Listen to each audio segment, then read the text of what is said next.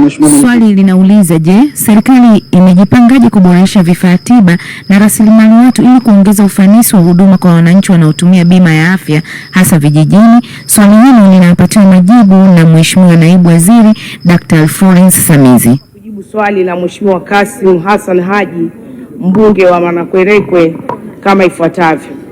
Mheshimiwa Mwenyekiti, serikali imefanya uwekezaji mkubwa katika ununuzi na usambazaji wa vifaa tiba katika ngazi zote za vituo vya huduma za afya nchini, ambapo kati ya mwaka 2021 hadi 2026 jumla ya trilioni 1.2 zimetumika katika kuboresha miundombinu na ununuzi wa vifaa na vifaa tiba kuanzia hospitali ya taifa, hospitali za rufaa za kanda na mikoa, hospitali ya halmashauri, vituo vya afya na zahanati.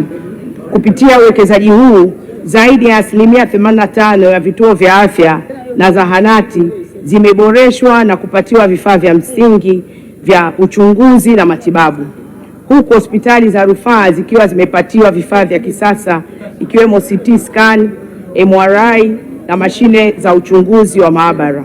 Mheshimiwa Mwenyekiti, katika kipindi cha Julai 2025 hadi Machi 2026, serikali imeajiri jumla ya watumishi 5,000 wa kada za afya, ikiwa ni utekelezaji wa ahadi ya Mheshimiwa Dr. Samia Suluhu Hassan, Rais wa Jamhuri ya Muungano wa Tanzania, na kufanya jumla ya watumishi katika sekta afya kufikia 182,430.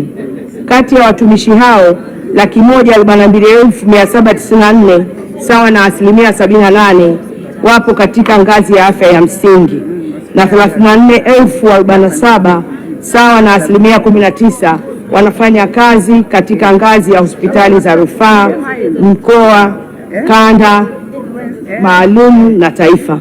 Mheshimiwa Mwenyekiti, naomba kuwasilisha. Mheshimiwa Kassim Haji. Asante sana Mheshimiwa Mwenyekiti.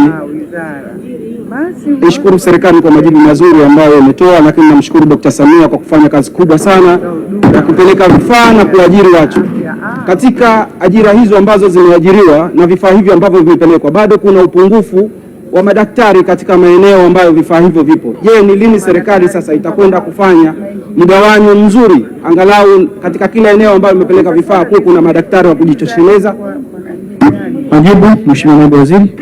Asante Mheshimiwa Mwenyekiti. Kwanza nimpongeze sana Mheshimiwa mbunge kwa kuendelea kupigania afya wa Tanzania, lakini na kupigania watu wa huduma ili waweze kuongezeka. Mheshimiwa Mwenyekiti, serikali imeendelea kufanya msawazo wa watumishi nchi nzima kulingana na uhitaji.